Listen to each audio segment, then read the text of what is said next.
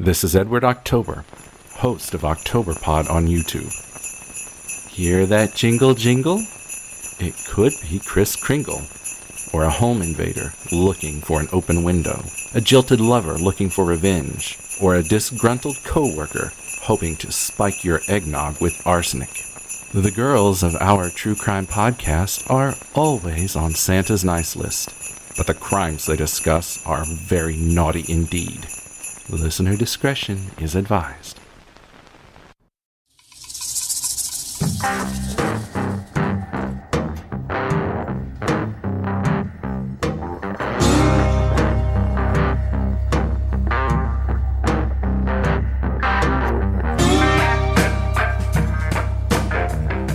Hi, Jen. Hey, Cam, how are ya? I am fantabulous because It's almost the holiday season. I know, and we're not even the season, the day. It's almost the day. Exactly. I can't believe we're already on day 10. 10. Ready? 1, 2, 3, 4, 5, 6, 7, 8, 9, 10. Ha! You went over. I did. I'm sorry. Well, I can't wait. Are you ready to go? This guy's a real sumbitch, but most of it, once we get, I was gonna say past they usually 2, no, they all are. Not even, no, I'm just kidding. Are you kidding? I know. They all are. They all are. Every week. I know, but once the body count starts getting higher and higher and higher, that's when the flames of hell get higher and higher and higher to capture these evil.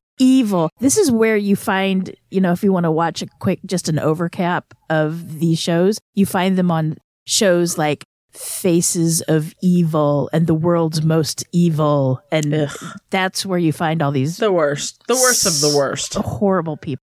All right, you ready? Hit me up. Let's go. And once again, here's a content warning, sexual assault, murder, all that good stuff. Which is technically not good, but it's not good at all. Y'all get it.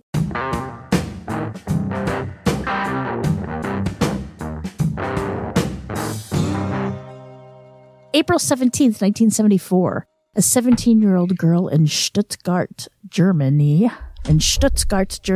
was visiting her boyfriend. She had said her goodbyes and left for the train station at around 12:30 a.m. Along the way, a Fiat with 3 passengers pulled up beside her to ask for directions. These men, who were U.S. Army soldiers, asked the girl for directions and then offered her a ride home. The girl, only identified as Ingrid W., gladly accepted their offer. It was late and dark out, and she wouldn't have to wait for the train. And besides, she clearly thought these army men were trustworthy. You'd think. Sadly, her instincts were quickly proven wrong. Mm-hmm. One of the men sprung a knife on her, and they drove to a remote location to sexually assault her. All 3 of the men raped her, and one of them took photographs during the course of the attack. Ingrid was then brought back to the car and finally dropped off at her home, but she wasn't going to let them get away. She's a smart girl. Ingrid, thinking on her feet, pretended that she was interested in the men, coaxing them to give her a phone number so she could get back in touch with them later. One of them fell for it and agreed, and he gave her his phone number. The man was 21-year-old Lonnie David Franklin Jr., a U.S. Army private and cook who was stationed, along with the others, at the Kelley Barracks in Stuttgart. Ingrid didn't know that she was not only the victim of these 3 men that night. These same 3 men attempted to kidnap another woman who was just slightly older than Ingrid. This other woman was 18 years old. The men had been scared off when her screaming drew attention, and the neighbors immediately called the police.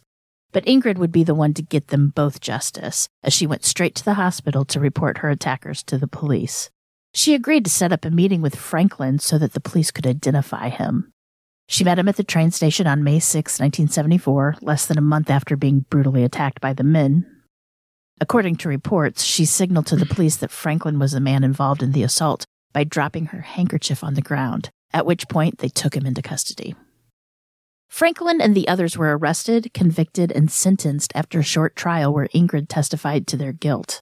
Other 2 men received 4-year prison sentences on the charges of rape and kidnapping of Ingrid and the attempted kidnapping of the other unnamed woman.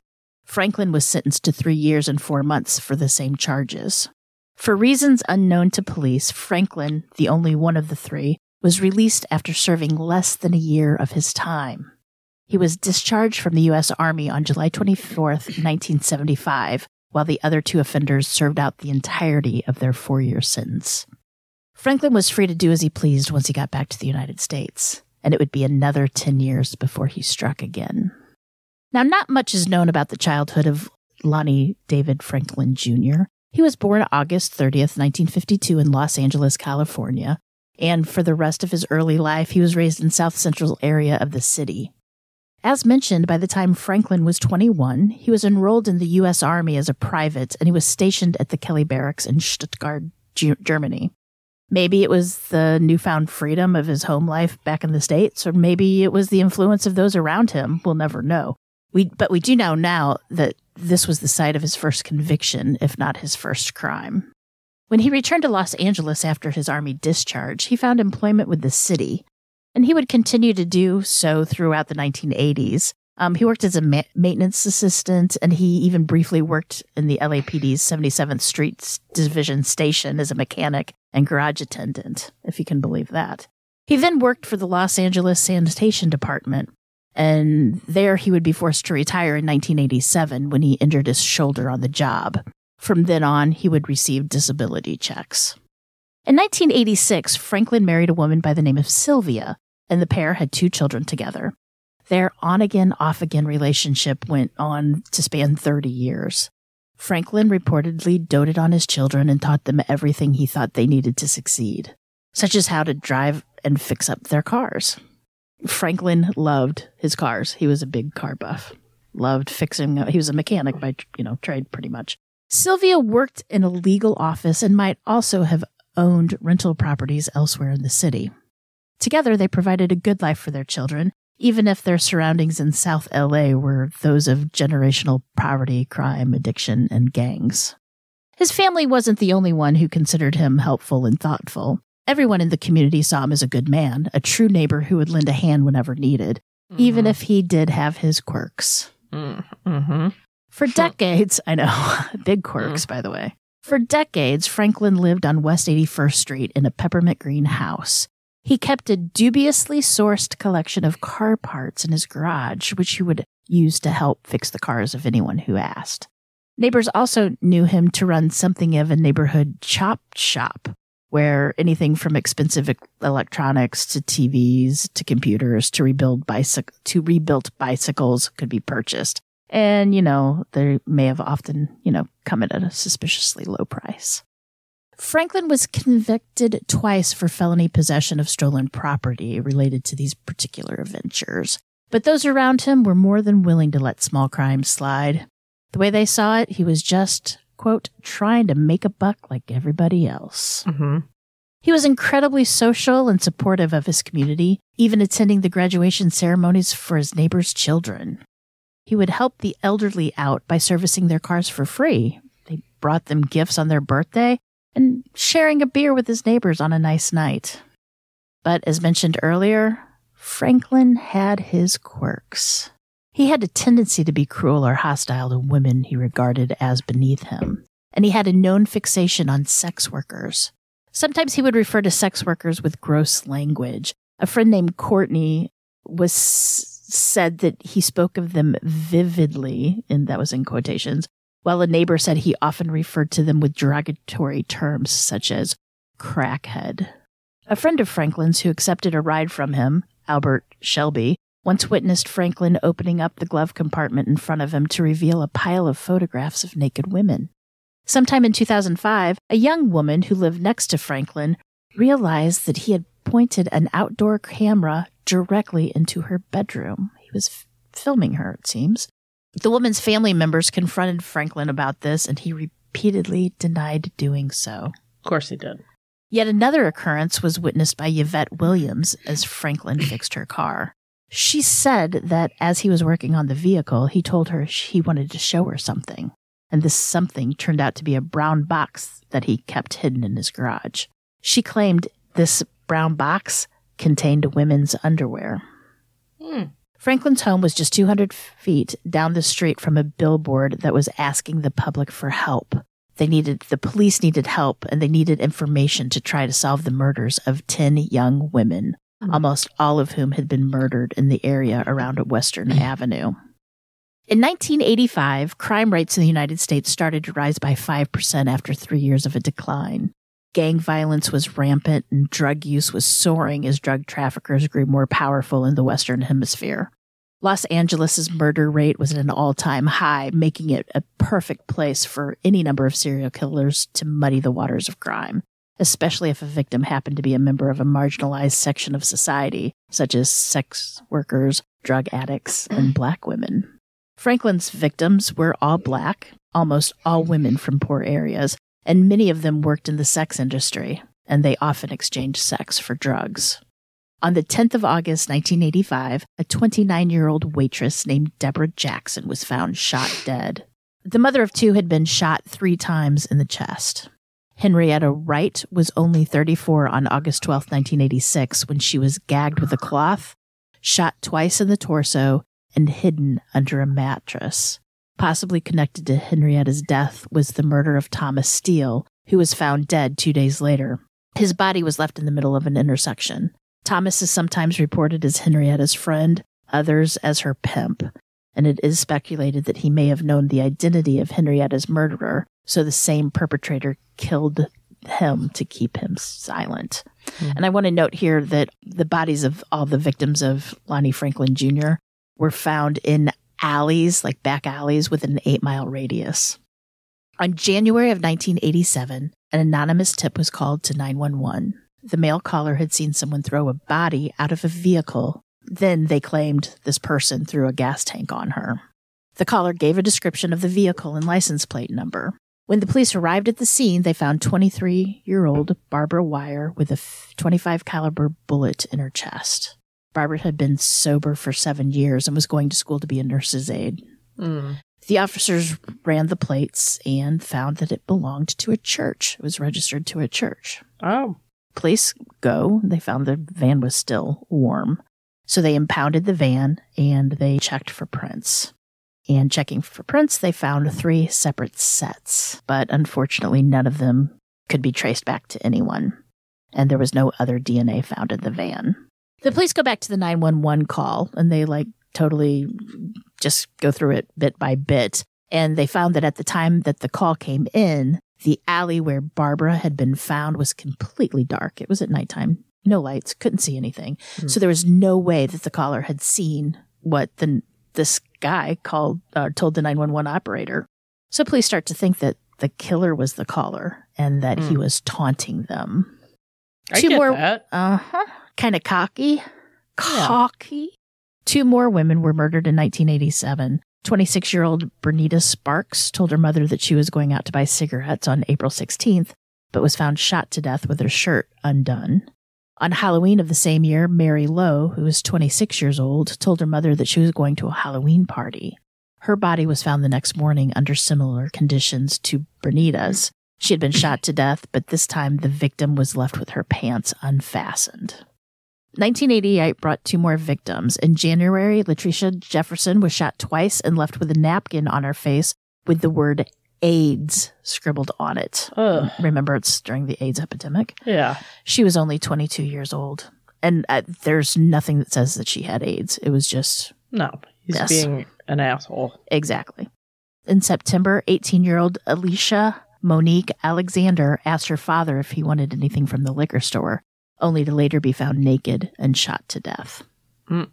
All of the murdered women had 2 things in common. Ballistics matches showed that the murder weapon in each case was a .25 caliber handgun, and DNA from the same individual was found present on the breasts of each woman as a result of sexual assault.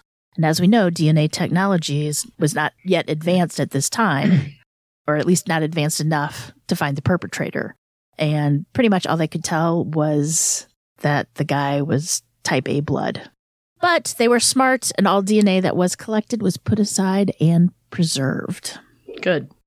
On November 20th of 1988, Anitra Washington was approached by a black man driving an orange Ford Pinto. I love those old Pintos. They crack me up. Anyway, you know those cars. I do. Yeah. And if you hit him in the back, yeah. Well, if you hit him in the back, yeah. My aunt had one. My aunt had one. Good times.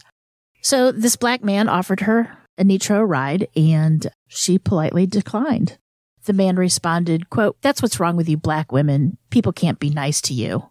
Oh, okay.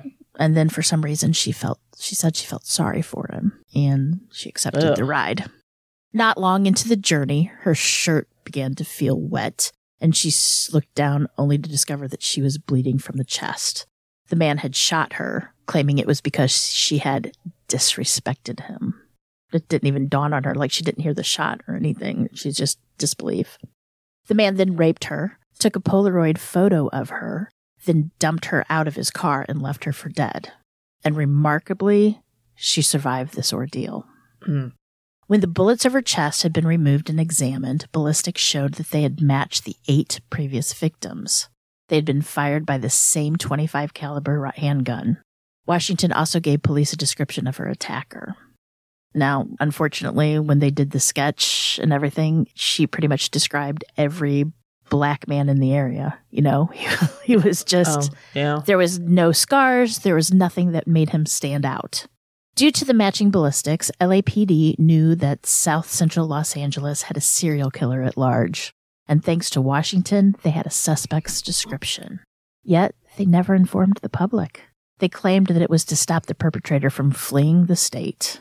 This was a controversial decision, as it seemed as though the police were willing to leave potential victims vulnerable, with no warning that they were potential targets of a rampant serial killer.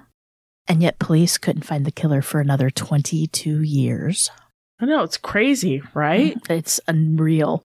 The sheer number of murders taking place in the 80s led detectives to believe that all of these crimes could be attributed to one person, dubbed the South Side Slayer.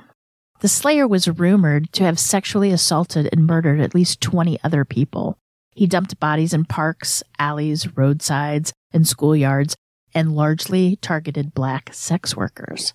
They believe the suspects had 2 accents, 4 cars, and on more than one occasion, but not all, he left cat hair on his victims. Oh. Which, that's why I could never kill anybody, because I would leave animal hair. Yeah, everywhere. Me too! Uh-huh, yeah. This Slayer, as may now seem obvious, was actually several individuals committing murder. They were all unconnected with each other. Anyone looking to commit a murder would look for those that they deemed disposable and unlikely for police to follow up on. And in this case, black sex workers and drug addicts, as usually that's the case, right? Or many of whom could be found in that exact area in LA. The blatant lack of progress and publicity in relation to these murders led to the formation of the Black Coalition fighting back serial murders. They protested the lack of policing in poorer, mostly black areas, where a police presence may have led to a suspect being detained or crimes being prevented. After the attempted murder of Anitra Washington, 13 years would pass before the perpetrator struck again. On March 9th, 2009, the youngest known victim, 15-year-old Princess Bartholomew, was strangled and beaten, her body hidden behind shrubs. Her foster mother had reported her missing 4 months earlier, but the habitual runaway turned sex worker, according to LA Weekly, never returned home. And if you watch America's Most Evil, she calls herself, it was her foster sister, but she calls Princess her sister. She tells Princess's story, and it's heartbreaking. That poor little girl went through so much in her short life. It's horrible. Awful. Unfair. So unfair. 35-year-old Valerie McCorvey was murdered in July of 2003. She had also been strangled, and her body was found in the alley by a crossing guard. The final confirmed victim was 25-year-old Janika Peters. Janika. She had been naked when she was shot in the back and stuffed into a trash bag. Her body was found in the dumpster on New Year's Day of 2007, and she had been killed by a .25 caliber handgun used in the first 9 assaults, the same one. In July of 2001, the LAPD began looking into unsolved murders through this new lens of improved DNA technology. And around 2004, the results matched up traces between the 8 Western Avenue shootings in the 80s and the 3 newer killings in 2002 and 2003. LAPD could not believe what they saw, a serial killer still operating after 13 years of inactivity. This dormant period is why LA Weekly dubbed him, quote, the Grim Sleeper. Ugh. I have to say I'm glad that they don't give serial killers monikers anymore. Police are still unsure whether this truly is... that they all can be named the asshole killer. There you go. Police are still unsure whether this truly was a dormant period. Some suggested that the failed attempt at murdering Washington in 1988 forced the killer into hiding. LAPD Detective Dennis Kilcoyne, wonder if he's related to Martin. I don't know. LAPD Detective Dennis Kilcoyne said that there would be, quote, 100 different reasons to explain the killer's hiatus, also suggesting that one reason could be that, quote, police aren't connecting the cases. Mm-hmm. There could be other murders that they simply didn't connect to him in that period. For many, this effort from the LAPD was too little too late. The police work of the early 2000s wasn't much better than what it was in the 90s. Nope, what it was in the 80s. Murders was on the rise again in black neighborhoods of Los Angeles, and yet no city leaders or elected officials spoke out about it. A journalist, Christine Pilesk, and I think that's how you pronounce her name, commented, quote, "There's been no big press conferences by LA Police Commissioner Bill Bratton, who recently weighed in on Lindsay Lohan's love life, and that the camera-loving mayor, Antonia Villaraigosa, is busy... LA people. Yep. Yep. Was too busy beseeching the public to eat more nutritiously to care." Dang, that's harsh. Coming in strong.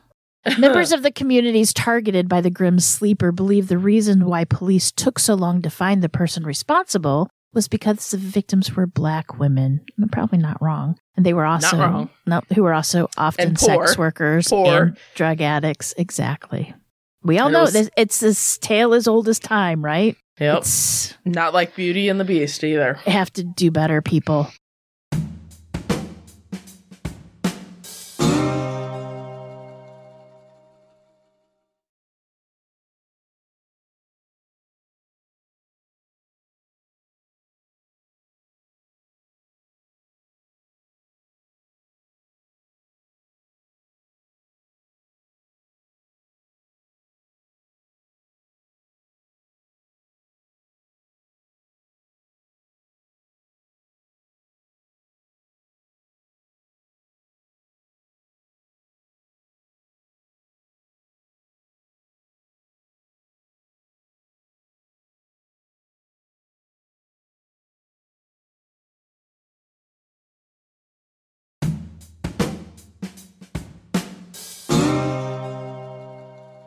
Several sex workers who included the Grim Sleeper among their clients later revealed that police had never spoken with them about the crimes. And this was despite being in the same vulnerable groups as the victims. It would seem logical to have asked them some questions. I mean, they might have been able to help police identify the man before he struck again. Right. Not only did the LAPD keep it from the public that there's a serial killer on the loose back in the 80s, but they had not kept the victims' families informed of the investigation. Horrible. Because of this, a report from LA Weekly was the first time many families discovered that the women's deaths had been connected to each other and all attributed to one single killer. Porter Alexander, Monique's father, was one such family member. Distressed, he said, quote, "We should have some awareness that it is going on again. Nobody came to us." Public figures were not speaking out. The LAPD was not alerting marginalized communities that they were in danger, and no special task force was assembled to solve the Grim Sleeper's murders even after 18 years of activity, until 2007. That's when Commissioner Bratton finally assembled a task force specifically to find the Grim Sleeper. Avengers assemble. Anyway, I'm sorry. Ballistics, DNA connections, and Washington's description of her attacker were all elements that played in the capture of the Grim Sleeper, but they weren't what finally tracked him down. In early 2010, the LAPD was permitted by Attorney General Jerry Brown to track down the Grim Sleeper by using familial DNA from California's felon database. This type of search should reveal if any prisoners on record had close relatives whose DNA matched the killer. Using DNA that had been left at the crime scenes, detectives found a familial match in 31-year-old Christopher Franklin, who had been required to submit his DNA when he was arrested for felony weapons possession and drug offenses the previous year. Upon realizing Christopher's father, Lonnie Franklin Jr., lived in the proximity of the murders, he was the obvious suspect to pursue next. Mm-hmm. Bingo! Bingo! Police began monitoring Franklin to the extent that his neighbors noticed undercover cars patrolling their street. Undercover officers aren't doing a good job if people notice that they're there. Maybe they thought they had the invisibility cloak on. Nobody can see us. Let's go. Shh. Undercover officers followed Franklin to a pizza party in a restaurant, and there they pretended to be staff. And they collected his plate, cup, and his discarded pizza. Thank you. And they sent them off, and guess what? Between those items, they attained enough DNA to convict Franklin. Franklin was arrested on July 7th, 2010, not that long ago. Can you believe that? Really a woman not. who Franklin had once shown a box of women's underwear, Yvette Williams, witnessed the arrest and reported that he had been returning a ball to some children in the neighborhood that had been playing, they'd been playing with the ball, when the police swooped in and got him. And it had been exactly 25 years since Franklin's first murder. That's insane. Unreal. Seriously. I know, but they got him. Thank Unfortunately, not enough to stop the deaths of other women, but they did finally get them. While searching his home, detectives found more than 1,000 photos and videos of women in Franklin's unassuming home. Some of them were naked, some injured, and some unconscious or sleeping, or possibly dead, making LA Weekly's nickname of the Grim Sleeper morbidly prophetic. Photos of 10 known victims of the Grim Sleeper, including the survivor, Washington, were included in the collection.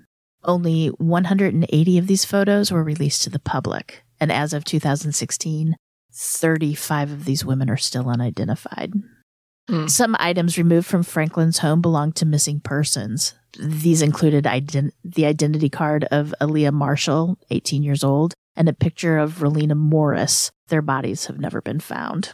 Between the overwhelming number of photos and the improbability of serial killers going 13 years without committing any murders, authorities believe that Franklin likely was responsible for killing at least 25 people. Oh, totally. If Don't you not think? more. Oh, yeah. He got away with it for so long. LAPD Chief Charlie Beck said he expected Franklin to be tied to more victims, pending review of other unsolved murder cases, especially those in the 13-year hiatus. After all, as articulated in the article by Rolling Stone, quote, "If anyone could cover up a dead body, it was Franklin. As a sanitation worker for the city, he had access to landfills, leading officials to speculate that he could have disposed any number of bodies undetected. And they'd never be found." And you know he Seriously. did. You know he did. Yep. Other possible victims were Sharon Dismuke, Inez Warren, and Georgia Thomas, and it cannot be forgotten that the murder was not Franklin's first crime. During this search, police found out about Franklin's crime in Germany. LAPD Detective Darren Dupree believed the assault of Ingrid W. in Germany inspired Franklin's later crimes and got him into that, quote, habit of taking photos of the girls after he picked them up, since photographs were taken during his initial attack. Franklin's trial wouldn't be for 6 years, and when it finally came to trial, it lasted 3.5 months. That's a long time, honestly, for a trial, right? Yeah. 40 years after she was assaulted by 3 U.S. Army men in Germany, survivor Ingrid W. once again took the stand to testify against Lonnie Franklin Jr. Alongside her, Anitra Washington finally got to face the man who had attacked her and left her for dead. She told him, quote, "You are truly a piece of evil. You're a Satan representative. You're right up there with Charles Manson." Those are heroes for standing up for that bastard. You know what? Honestly, I think he's worse. I do. Well, he did it himself. Manson just talked people into doing it. On May 5th, 2016, the jury found Franklin guilty of 10 counts of murder and 1 count of attempted murder. The jury only deliberated for 1 day before he was sentenced to death on August 10th, 2016. 31 years to the day that he committed his first known murder with the death of Deborah Jackson. And of course, Franklin maintained his innocence throughout. Now, in 2019, Gavin Newsom, governor of California, announced the halting of executions for death row inmates for the duration of his governance. Franklin was one of the over 700 inmates impacted by this, but his reprieve was short-lived. On the evening of Saturday, March 28th, 2020, Franklin was found unresponsive in his cell in San Quentin, and there were no signs of trauma, and he was 67 years old when he died. Diana Ware, the mother of one of the victims, Barbara Ware, stated her feelings following the announcement of his death. Quote, "I won't say I'm pleased he died, but at the end, there was justice for all the bad things he did in his life. We can now be at peace." Tragically, if Franklin is responsible for any other murders, he took that information and any potential closure with him to the grave.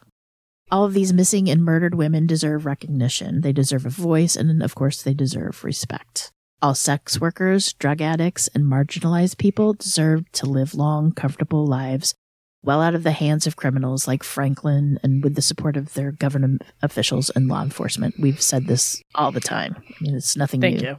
One woman interviewed after Franklin's conviction believed she encountered Franklin in 1991 or 1992. And while she was working the streets, or anyway, it happened while she was working the streets as a sex worker. And so this is her statement. Quote, "Yeah, I was out there, but it doesn't mean I'm nothing like a piece of trash. I was trapped. That's not the life I wanted." That's true. That a lot of them don't want to be out there. So anyway, there's still 35, 40 women, I don't know, I've heard different numbers, that still haven't been identified. They were the pictures or IDs that were found in Franklin's garage in that little brown box. So the photos of the unidentified women suspected to be victims are available to view on CBS.com. I'll post the link in the show notes. And of course, anyone with information about these women, please call 1-877-LAPD 24/7. Let's bring them home and get the family some closure. Holy moly. That's all I gotta say about that. He's unreal. How long he lasted. Fact that I was just gonna say that. How long he did that and escaped. And I mean, since he had a chop shop, you know, they said he had an orange Pinto, but since he had a chop shop, he was able to drive different cars. Change stuff. Right. But I think he blended in with the neighborhood. He did. The neighbors loved him. They neighbors thought he was great, you know, but come on, if somebody shows you Polaroids of all these naked pictures and then, I don't know, I mean, and then people know that all these women were murdered and found in alleyways. Missing? Murdered? I mean, they'd be found wrapped in rugs or mattresses covered them. Or you'd think somebody would, that's somebody that was in the news and here's this guy. You know what I'm saying? I don't know. That's, once again, people just living in their own bubble and not I think you putting forget. two and two together. Exactly. That's what I was just going to say. I think you don't realize it. Because you don't want to think people can do that. Am I wrong? No, you're not. But anyway, if you want to check out any documentaries on him, he's on Mind of a Monster, Faces of Evil, World's Most Evil Killers, and Tales from the Grim Sleepers. And the Princess Bartholomew's sister is in the World's Most Evil Killers. And it's just, I'm telling you, that poor girl, that short life was just horrible for her. Well, but anyway, that's the Grim Sleeper, and I want to do a huge shout out to Jessie Hawk. She's the one that did the research and the writing for this. Jessie is the fiance of our dear Nico from We Talk of Dreams, the guy who does he's the one that makes us, right? He's the editor. He does our audio. Makes us sound good. He makes did us sound real good. Our amazing theme song. They're quite the dynamic duo. We love both of them. So thank you to Jessie for this. So cute. She did a bang up job. So yeah, that's it. All right. That's Grim Reaper. And so tomorrow we are at what day? 11. That's you. It goes back to you. Well, no, it's a doozy too. Everybody is enjoying our 12 Nightmares of Christmas, our 5th annual. Hope so too. And I hope 5 years. I know. It's crazy. I hope we are keeping you company and you are enjoying this. And what else? I think that's it. You did a great, you all, both of you. My team. Yeah, there you go. Your team did a great job. Go team. Woo! All right, so back at it tomorrow, right? 4 p.m.? Yes, 4 p.m. Central? Day 11. I hope everybody's all prepared. Christmas Eve is sneaking up really quick. 2 more. Ooh.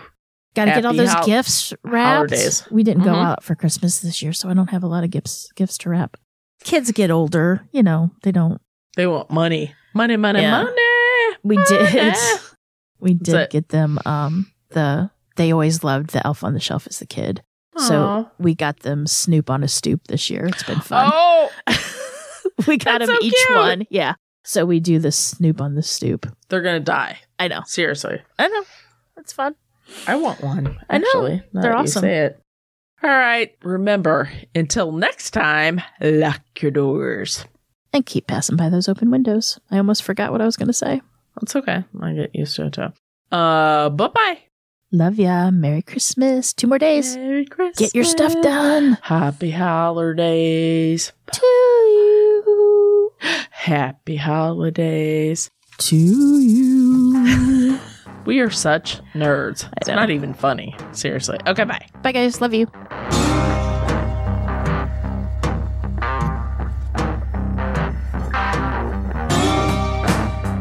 Today's episode was researched and written by me, Jen.